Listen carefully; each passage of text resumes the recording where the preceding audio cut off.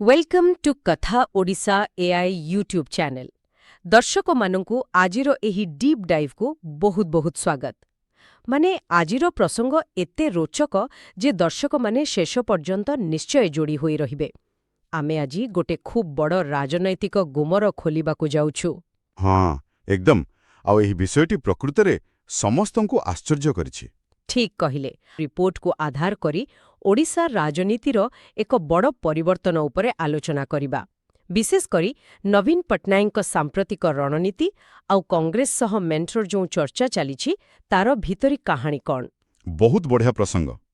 କିନ୍ତୁ ଆଲୋଚନାର ଗଭୀରକୁ ଯିବା ପୂର୍ବରୁ ଗୋଟିଏ କଥା ସ୍ପଷ୍ଟ କରିଦେବା ନିହାତି ଜରୁରୀ। ହଁ, ନିଶ୍ଚୟ କୁହନ୍ତୁ। ଏହି ଡିପ୍ ଡ୍ରାଇଭ୍ରେ ଆମେ ଯେଉଁ ସବୁ ରାଜନୈତିକ ମତ ବା ଚିନ୍ତାଧାରା ଉପସ୍ଥାପନ କରିବୁ ତାହା ସମ୍ପୂର୍ଣ୍ଣ ଭାବରେ ଆମର ମୂଳ ସୋର୍ସ ଅର୍ଥାତ୍ ସେହି ଭିଡିଓରେ ଥିବା ତଥ୍ୟ ଉପରେ ହିଁ ଆଧାରିତ। ମାନେ ଆମେ ନିଜ ଆଡ଼ୁ କିଛି ଯୋଡ଼ୁନାହୁଁ। ଏକଦମ ଠିକ୍। ଆମେ କୌଣସି ଦଳ ବା ନେତାଙ୍କ ପକ୍ଷ ନେଉନାହୁଁ କିମ୍ବା କାହାକୁ ସମାଲୋଚନା କରୁନାହୁଁ। ଆମର ଉଦ୍ଦେଶ୍ୟ ହେଉଛି କେବଳ ସେହି ତଥ୍ୟଗୁଡ଼ିକ ପଛରେ ଥିବା ସମ୍ଭାବ୍ୟ କାହାଣୀକୁ ନିରପେକ୍ଷ ଭାବେ ବୁଝିବାକୁ ଚେଷ୍ଟା କରିବା। ବହୁ ଜରୁରୀ କଥାଟି ସ୍ପଷ୍ଟ କଲେ। ତେବେ ଆସନ୍ତୁ କାହାଣୀର ଆରମ୍ଭରୁ ଦେଖିବା। ମାନେ ଘଟଣାଟି ଆରମ୍ଭ ହେଉଛି ଦିଲ୍ଲୀର କନଷ୍ଟିଟ୍ୟୁସନ କ୍ଲବରୁ। ହଁ, ସେଠାରେ ବିଜୁବାବୁଙ୍କ 29ତମ ପୁଣ୍ୟତିଥି ପାଳନ କରାଯାଉଥିଲା। ଆଉ ସେଠାରେ ଏକ ନୂଆ ଚିତ୍ର ସାମ୍ନାକୁ ଆସିଲା। କାର୍ଯ୍ୟକ୍ରମରେ ବିରୋଧୀ ଦଳର ଅନେକ ସାଂସଦ, ବିଶେଷ କରି କଂଗ୍ରେସ ନେତାମାନେ ଉପସ୍ଥିତ ଥିଲେ। କିନ୍ତୁ କଥା କେବଳ ସେତିକିରେ ଅଟକିଲା ନାହିଁ। ନା, ଅସଲ ଖେଳ ତ ତା ପରେ ଆରମ୍ଭ ହେଲା। ଏକଦମ। ଏହାର ଠିକ୍ ପରେ ନବୀନ ବାବୁ ହଠାତ୍ ସମସ୍ତ ସାଂସଦମାନଙ୍କୁ, ବିଶେଷ କରି ବିରୋଧୀ ନେତାମାନଙ୍କୁ ଏକ ଚିଠି ଲେଖିଲେ। ସେହି ଚିଠିରେ ମହିଳା ସଂରକ୍ଷଣ ବିଲ୍ ଏବଂ ପରିସୀମନ ବା ଡିଲିମିଟେସନ ବିଲ୍ ପ୍ରସଙ୍ଗରେ ସମସ୍ତଙ୍କୁ ଏକାଠି ସ୍ୱର ଉତ୍ତୋଳନ କରିବାକୁ ଆହ୍ୱାନ ଦିଆଯାଇଥିଲା। ପ୍ରକୃତରେ ଦେଖିବାକୁ ଗଲେ ଏହା ବିଜୁ ଜନତା ଦଳର ସାଧାରଣ ଆଭିମୁଖ୍ୟ ଜମାରୁ ବି ନୁହେଁ। ମାନେ ସେମାନେ ତ ସବୁବେଳେ ଏକାକୀ ରହିବାକୁ ପସନ୍ଦ କରନ୍ତି ନା? ହଁ, ବର୍ଷ ବର୍ଷ ଧରି ସେମାନେ ନିଜକୁ ଏକ ସମଦୂରତ୍ୱ ନୀତିରେ ରଖିଆସିଛନ୍ତି। କାହା ସହ ସିଧାସଳଖ ମେଣ୍ଟ ନ କରିବାଟା ସେମାନଙ୍କର ଏକ ସ୍ୱତନ୍ତ୍ର ପରିଚୟ ଥିଲା। କିନ୍ତୁ ଏବେ ହଠାତ୍ ଚିଠି ଲେଖି ଏକଜୁଟ ହେବାକୁ କହିବା, ଏହା ଏକ ବଡ଼ ପରିବର୍ତ୍ତନ। ଏହି ପରିବର୍ତ୍ତନକୁ ବୁଝିବା ପାଇଁ ମୋ ମନରେ ଗୋଟେ ଉଦାହରଣ ଆସୁଛି। ମାନେ ଧରିନିଅନ୍ତୁ, କ୍ଲାସର ଯେଉଁ ପିଲାଟି ସବୁବେଳେ ଏକା ପଢ଼ିବାକୁ ପସନ୍ଦ କରେ, ସେ କାହା ସହ କଥା ହୁଏନି। ଆଚ୍ଛା। କିନ୍ତୁ ହଠାତ୍ ଦିନେ ପରୀକ୍ଷା ପୂର୍ବରୁ ସେ ସମସ୍ତଙ୍କୁ ଡାକି ଗ୍ରୁପ୍ ଷ୍ଟଡି କରିବାକୁ ଜିଦ୍ ଧରିଛି। ମାନେ ଯେପର୍ଯ୍ୟନ୍ତ ନିଜ ଉପରକୁ କଥା ଆସିନଥିଲା ସେ ପର୍ଯ୍ୟନ୍ତ ଏକାଠି ହେବାର ଦରକାର ନଥିଲା। ଏହା ପଛର କାରଣ କ'ଣ ହୋଇପାରେ? ବହୁତ ସୁନ୍ଦର ଉଦାହରଣଟିଏ ଦେଲେ। ଏହି କଥାଟିକୁ ବୁଝିବାକୁ ହେଲେ ଆମକୁ ଅତୀତର ଇତିହାସ ଦେଖିବାକୁ ପଡ଼ିବ। ଭିଡିଓରେ ଦୁଇଟି ବଡ଼ ଐତିହାସିକ ଘଟଣା ବିଷୟରେ କୁହାଯାଇଛି। କେଉଁ କେଉଁ ଘଟଣା? ପ୍ରଥମଟି ହେଉଛି 2008 ମସିହାର କନ୍ଧମାଳ ଦଙ୍ଗା। ସେତେବେଳେ ଓଡ଼ିଶା ପାଇଁ ଏହା ଏକ ଅତ୍ୟନ୍ତ ସମ୍ବେଦନଶୀଳ ସମୟ ଥିଲା। ହଁ, ସାରା ଦେଶର ନଜର ସେତେବେଳେ ଓଡ଼ିଶା ଉପରେ ଥିଲା। ଏକଦମ। କିନ୍ତୁ ସେଭଳି ଏକ ଜାତୀୟ ସଙ୍କଟ ସମୟରେ ବି ପରିସ୍ଥିତିକୁ ନିୟନ୍ତ୍ରଣ କରିବା ପାଇଁ ସରକାର କୌଣସି ସର୍ବଦଳୀୟ ବୈଠକ ଡାକିନଥିଲେ। ବିରୋଧୀଙ୍କୁ ଏକାଠି କରିବାକୁ କୌଣସି ପ୍ରୟାସ ହୋଇନଥିଲା। ଆରେ ବାଃ, ଏହା ତ ପ୍ରକୃତରେ ଗୋଟେ ବଡ଼ କଥା। ଆଉ ଦ୍ୱିତୀୟ ଘଟଣାଟି କ'ଣ?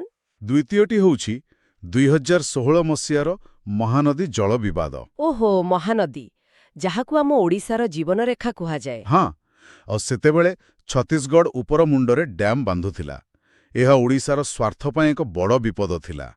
ସେହି ସମୟରେ ତତ୍କାଳୀନ ବିରୋଧୀ ଦଳ ନେତା ନରସିଂହ ମିଶ୍ର ଏକ ଖୋଲା ପ୍ରସ୍ତାବ ଦେଇଥିଲେ। ମୁଁ ବୋଧହୁଏ ମନେ ପକାଇ ପାରୁଛି।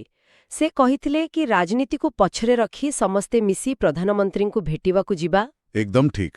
କିନ୍ତୁ ଆଶ୍ଚର୍ଯ୍ୟର କଥା ହେଉଛି ନବୀନ ବାବୁ ସେତେବେଳେ ମଧ୍ୟ ସେହି ପ୍ରସ୍ତାବକୁ ପ୍ରତ୍ୟାଖ୍ୟାନ କରିଦେଇଥିଲେ। ଟିକେ ରୁହନ୍ତୁ, ମାନେ ଯେତେବେଳେ ପ୍ରକୃତିରେ ରାଜ୍ୟର ଜଳ ସମ୍ପଦ ବା ସୁରକ୍ଷା ବିପଦରେ ଥିଲା, ସେତେବେଳେ ସମସ୍ତଙ୍କୁ ଏକାଠି କରିବାର ଆବଶ୍ୟକତା ପଡ଼ିଲାନି? ନା, ଜମାରୁ ପଡ଼ିଲାନି। ଆଉ ସେଥିପାଇଁ ତ ଆଜି ଯେତେବେଳେ ପରିସୀମନ ବିଲ୍ କଥା ଉଠୁଛି ଆଉ ସମସ୍ତଙ୍କୁ ଚିଠି ଲେଖାଯାଉଛି, ସମୀକ୍ଷକମାନେ ଏହାକୁ ଗୋଟେ ଡ୍ରାମା ବୋଲି କହୁଛନ୍ତି। ଆଚ୍ଛା, ତେବେ ବର୍ତ୍ତମାନ ଏହି ବିଲ୍ଗୁଡ଼ିକୁ ନେଇ ଏତେ ଆଶଙ୍କା କାହିଁକି? ସରକାରୀ ଦଳର ଯୁକ୍ତି କ'ଣ? ସେମାନଙ୍କର ଯୁକ୍ତି ହେଉଛି ଯେ ଯଦି ନୂଆ ପରିସୀମନ କାର୍ଯ୍ୟକାରୀ ହୁଏ ତେବେ ଜାତୀୟ ସ୍ତରରେ ଓଡ଼ିଶାର ଆସନ ସଂଖ୍ୟା କମିଯିବ। ମାନେ ସଂସଦରେ ଆମର ପ୍ରତିନିଧିତ୍ୱ କମିଯିବ ବୋଲି ସେମାନେ କହୁଛନ୍ତି। ହଁ, ଦଳ ପକ୍ଷରୁ କୁହାଯାଉଛି ଯେ ଏହାଦ୍ୱାରା ଓଡ଼ିଶାର ଅର୍ଥନୈତିକ ବିକାଶ ଏବଂ ଇନଭେଷ୍ଟମେଣ୍ଟ ଉପରେ ନକାରାତ୍ମକ ପ୍ରଭାବ ପଡ଼ିବ। ଶୁଣିବାକୁ ତ ଯୁକ୍ତିଟି ବହୁତ ଓଜନଦାର ଲାଗୁଛି, କିନ୍ତୁ ଯେତେବେଳେ ଆମେ ରିପୋର୍ଟର ଗଣିତ ଉପରେ ନଜର ପକାଉଛୁ ସେତେବେଳେ ଚିତ୍ରଟି କିଛି ଅଲଗା ଦେଖାଯାଉଛି ନା? ଏକଦମ। ଆସନ୍ତୁ ସେହି ଗଣିତକୁ ଟିକେ ସରଳ ଭାବରେ ବୁଝିବା। ବର୍ତ୍ତମାନ ଲୋକସଭାରେ ମୋଟ 543ଟି ଆସନ ଅଛି। ସେଥିରୁ ଓଡ଼ିଶା ପାଖରେ କେତୋଟି ଅଛି? 21ଟି। ହଁ, ମାନେ ପ୍ରତିଶତ ହିସାବରେ ଦେଖିଲେ ଏହା ପ୍ରାୟ 3.87% ହେବ। ଠିକ୍ ଅଛି।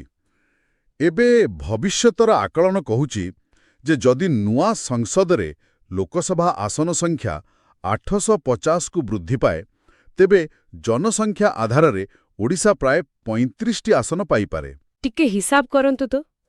850ରୁ 35, ମାନେ ଏହାର ପ୍ରତିଶତ ହେଉଛି ପ୍ରାୟ 4.1%। ଆରେ ବା, ଏହା ତ 3.87ରୁ ବଢ଼ିଲା। ହଁ, କିନ୍ତୁ ଭିଡିଓରେ ଆଉ ଗୋଟେ ଦିଗ ଦର୍ଶାଯାଇଛି। ଯଦି ଅନ୍ୟ ରାଜ୍ୟଗୁଡ଼ିକର ଜନସଂଖ୍ୟା ବୃଦ୍ଧିକୁ ତୁଳନା କରାଯାଏ, ତେବେ ଖୁବ୍ ବେଶୀ ହେଲେ ଓଡ଼ିଶାର ପ୍ରତିନିଧିତ୍ୱ ମାତ୍ର 0.11% କମିପାରେ। ମାତ୍ର 0.11%? ଏହା ତ ଏକଦମ ନଗଣ୍ୟ। ମାନେ ଷ୍ଟାଟିଷ୍ଟିକ୍ସ ଭାଷାରେ ଏହାକୁ କେବଳ ଗୋଟେ ମାର୍ଜିନ୍ ଏରର କୁହାଯିବ। ଏକଦମ ଠିକ୍। ଆଉ ଗୋଟେ ମଜାଦାର କଥା ହେଉଛି, ଏହି ସାମାନ୍ୟ ପରିବର୍ତ୍ତନ କେବଳ ଓଡ଼ିଶା କ୍ଷେତ୍ରରେ ଘଟିବା ନାହିଁ। ବିଶ୍ଳେଷଣରେ ଦର୍ଶାଯାଇଛି ଯେ ଉତ୍ତରପ୍ରଦେଶ ଭଳି ବଡ଼ ରାଜ୍ୟର ପ୍ରତିନିଧିତ୍ୱ ବି 14.7ରୁ ଖସି 14.1% ହୋଇଯିବ।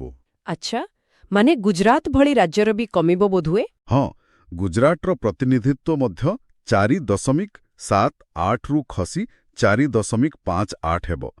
କେନ୍ଦ୍ର ଗୃହମନ୍ତ୍ରୀ ଅମିତ ଶାହା ମଧ୍ୟ ସ୍ପଷ୍ଟ କରିଛନ୍ତି ଯେ ଆଞ୍ଚଳିକ ଦଳଗୁଡ଼ିକର କ୍ଷମତା କମିଯିବ ବୋଲି କେବଳ ଗୁଜବ ସୃଷ୍ଟି କରାଯାଉଛି। ଯଦି କଥା ସେଇଆ ହୋଇଥାଏ, ତେବେ ଏଠାରେ ଗୋଟିଏ ବହୁତ ବଡ଼ ପ୍ରଶ୍ନ ଉଠୁଛି। ଯଦି ଗଣିତ ଅନୁସାରେ କ୍ଷତି ମାତ୍ର 0.11%, ତେବେ ଏତେ ବଡ଼ ବିରୋଧ କାହିଁକି? ଏହା କ'ଣ କେବଳ ରାଜ୍ୟ ସ୍ୱାର୍ଥ, ନା ଏହା ପଛରେ କୌଣସି ରାଜନୈତିକ ଉଦ୍ଦେଶ୍ୟ ଅଛି? ପ୍ରକୃତରେ ଏଠାରେ ହିଁ ଅସଲ ରହସ୍ୟ ଲୁଚି ରହିଛି। ଭିଡିଓ ଅନୁସାରେ ଏହି ଗଣିତ ବା କ୍ଷତି କେବଳ ଏକ ବାହାନା ମାତ୍ର। ମାନେ ପ୍ରକୃତ ଖେଳଟା ଅଲଗା କିଛି। ଏକଦମ। ପ୍ରକୃତ ଖେଳ ହେଉଛି ନିଜର ଭୋଟ ବ୍ୟାଙ୍କ ବଜାୟ ରଖିବା ଏବଂ ବିରୋଧୀଙ୍କୁ ଏକାଠି କରିବା। ନିର୍ବାଚନ ପାଖେଇ ଆସୁଥିବା ବେଳେ କେନ୍ଦ୍ର ସରକାର ଓଡ଼ିଶା ପ୍ରତି ଅବିଚାର କରୁଛନ୍ତି, ଏମିତି ଏକ ନ୍ୟାରେଟିଭ୍ ତିଆରି କରିବାକୁ ଚେଷ୍ଟା କରାଯାଉଛି। କିନ୍ତୁ ତଥ୍ୟକୁ ପଛରେ ପକାଇ ଯଦି ଆମେ ଗତ ଏକ ଦଶନ୍ଧିର ରାଜନୈତିକ ଇତିହାସ ଦେଖିବା, ତେବେ ଏହି ଆଭିମୁଖ୍ୟ ପରିବର୍ତ୍ତନ ଆହୁରି ଆଶ୍ଚର୍ଯ୍ୟ ଲାଗିବ। କାରଣ ବିଜେଡି ତ ଗତ 9 ବର୍ଷ ଧରି ମୋଦି ସରକାରଙ୍କୁ ପୂର୍ଣ୍ଣ ସମର୍ଥନ ଦେଇ ଆସିଛି। ହଁ, ସେହି 9 ବର୍ଷର ଇତିହାସ ବହୁତ ରୋଚକ। ଆର୍ଟିଆଇ ଆଇନ ସଂଶୋଧନ ହେଉ, 3 ତଲାକ ବିଲ୍ ହେଉ କିମ୍ବା ଧାରା 370 ଉଚ୍ଛେଦ କଥା ହେଉ, ବିଜେଡି କେବେ ବି କେନ୍ଦ୍ରକୁ ବିରୋଧ କରିନଥିଲା। ଏପରିକି ଆସ୍ଥା କିମ୍ବା ଅନାସ୍ଥା ପ୍ରସ୍ତାବ ବେଳେ ବି ସେମାନେ କେନ୍ଦ୍ର ସହ ଛିଡ଼ା ହୋଇଥିଲେ ନା? ହଁ, ଆଉ ସେମାନଙ୍କର ସମର୍ଥନ ଦେବାର ଶୈଳୀ ମଧ୍ୟ ବହୁତ ଚତୁର ଥିଲା। ଅନେକ ସମୟରେ ବିବାଦୀୟ ବିଲ୍ ବେଳେ ସେମାନେ କକ୍ଷତ୍ୟାଗ ବା ୱାକଆଉଟ୍ କରିଦେଉଥିଲେ। ଆଚ୍ଛା, ମାନେ ସଂସଦରୁ ବାହାରିଗଲେ ଉପସ୍ଥିତ ସଭ୍ୟଙ୍କ ସଂଖ୍ୟା କମିଯାଏ, ଆଉ ବିଲ୍ ପାସ୍ କରାଇବା ପାଇଁ ଦରକାର ହେଉଥିବା ସଂଖ୍ୟା ଗରିଷ୍ଠତା ସହଜରେ ମିଳିଯାଏ। ଏହା ତ ଏକ ପରୋକ୍ଷ ସମର୍ଥନ। ଭିଡିଓରେ ଏହାକୁ ଆତ୍ମସମର୍ପଣ ବୋଲି କୁହାଯାଇଛି ବୋଧହୁଏ। ଏକଦମ ଠିକ୍ ଧରିଛନ୍ତି। କିନ୍ତୁ ଏହି ନିରବଚ୍ଛିନ୍ନ ସମର୍ଥନ ଭିତରେ ହଠାତ୍ ଗୋଟେ ଫାଟ ଦେଖାଦେଲା, ଆଉ ତାହା ହେଲା ସମ୍ପ୍ରତି ଶେଷ ହୋଇଥିବା ରାଜ୍ୟସଭା ନିର୍ବାଚନ ବେଳେ। ହଁ, ସେଇଠି ବିଜେପି ହ୍ୱିପ୍ ଜାରି କରିଥିଲା ନା? ଦର୍ଶକମାନଙ୍କ ସୁବିଧା ପାଇଁ କହି ରଖେ, ହ୍ୱିପ୍ ମାନେ ହେଉଛି ଦଳ ପକ୍ଷରୁ ନିଜ ସଦସ୍ୟଙ୍କୁ ଏକ କଡ଼ା ନିର୍ଦ୍ଦେଶ, ଯାହାକୁ ଭାଙ୍ଗିଲେ ସଭ୍ୟପଦ ଚାଲିଯାଇପାରେ। ସଠିକ୍ ବୁଝାଇଲେ। ବିଜେପିର ଏହି ଆକ୍ରମଣାତ୍ମକ ପଦକ୍ଷେପ ବିଜେଡିକୁ ଚମକାଇ ଦେଇଥିଲା। ଯେତେବେଳେ ଆକ୍ରମଣ ସିଧା ନିଜ ଘର ଉପରକୁ ଆସିଲା, ସେତେବେଳେ ବୋଧେ ସେମାନେ ବୁଝିଗଲେ ଯେ ଏବେ ରଣନୀତି ବଦଳାଇବାର ସମୟ ଆସିଯାଇଛି। କିନ୍ତୁ ଏହା ଏକ ବଡ଼ ପ୍ରଶ୍ନ ସୃଷ୍ଟି କରୁଛି। ଯଦି 9 ବର୍ଷ ଧରି କେନ୍ଦ୍ରକୁ ଏତେ ସମର୍ଥନ ଦିଆଗଲା, ତେବେ ସୋର୍ସ ଅନୁସାରେ ଓଡ଼ିଶାବାସୀଙ୍କୁ ଏହାର କି ଆର୍ଥିକ ବା ରାଜନୀତିକ ଫାଇଦା ମିଳିଲା? ଆଉ ହଠାତ୍ ଆଜି ଏହି ସମ୍ପର୍କରେ ଫାଟ କାହିଁକି? ଆଉ ଏହି ହଠାତ୍ ପରିବର୍ତ୍ତନ ହିଁ ଭିଡିଓର ମୂଳ ଦାବିକୁ ସମର୍ଥନ କରୁଛି। ଏସବୁ କଂଗ୍ରେସ ସହ ଏକ ସମ୍ଭାବ୍ୟ ମେଣ୍ଟ ପାଇଁ ପ୍ରସ୍ତୁତି ଏବଂ ବିଜେପି ବିରୁଦ୍ଧରେ ଏକ ନୂଆ ନ୍ୟାରେଟିଭ୍ ତିଆରି କରିବାର ପ୍ରୟାସ ହୋଇପାରେ। ମାନେ ନିଜର ପୁରୁଣା ବିରୋଧୀଙ୍କୁ ସାମ୍ନା କରିବା ପାଇଁ ଏବେ ନୂଆ ମିତ୍ର ଖୋଜା ଚାଲିଛି। ତାହେଲେ ଆମେ ଆଜିର ହିଁ ବିଶ୍ଳେଷଣରୁ କ'ଣ ଦେଖିଲୁ?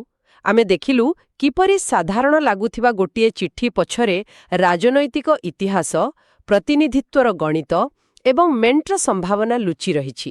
ଆଉ ଏହା ଜାଣିବା ବହୁତ ଜରୁରୀ, କାରଣ ଆମେ ଯେତେବେଳେ ଖବର ପଢ଼ୁ ଆମେ କେବଳ ଉପର କଥାଟା ଦେଖୁ, କିନ୍ତୁ ପ୍ରକୃତ କାହାଣୀ ସଂଖ୍ୟା ଏବଂ ନେତାଙ୍କ ସମୟ ନିର୍ଦ୍ଧାରଣ ବା ଟାଇମିଂ ଭିତରେ ହିଁ ଲୁଚି ରହିଥାଏ। ରାଜନୀତିରେ ଟାଇମିଂ ହିଁ ସବୁକିଛି। ଏକଦମ ଠିକ୍ କହିଲେ। କିନ୍ତୁ ଆଲୋଚନା ଶେଷ କରିବା ପୂର୍ବରୁ ମୁଁ ଏକ ଚିନ୍ତାକର୍ଷକ ପ୍ରଶ୍ନ ଛାଡ଼ିଯିବାକୁ ଚାହେଁ, ଯାହା ହୁଏତ ସୋର୍ସ ଭିଡିଓରେ ନାହିଁ କିନ୍ତୁ ଭାବିବାକୁ ବାଧ୍ୟ କରୁଛି। ନିଶ୍ଚୟ, କୁହନ୍ତୁ। ଯଦି ଆଞ୍ଚଳିକ ଦଳଗୁଡ଼ିକ କେବଳ ରାଜନୈତିକ ସମୀକରଣ ପାଇଁ ବାରମ୍ବାର ନିଜର ଆଭିମୁଖ୍ୟ ବଦଳାନ୍ତି, ତେବେ ଏହା ଆମ ଦେଶର ଦୀର୍ଘମେୟାଦୀ ସଂଘୀୟ ବ୍ୟବସ୍ଥା ବା ଫେଡରାଲିଜମ ଏବଂ ରାଜ୍ୟର ବିକାଶ ଉପରେ ଭବିଷ୍ୟତରେ କିଭଳି ପ୍ରଭାବ ପକାଇବ, ଏହା ଉପରେ ନିଶ୍ଚୟ ଚିନ୍ତା କରିବେ।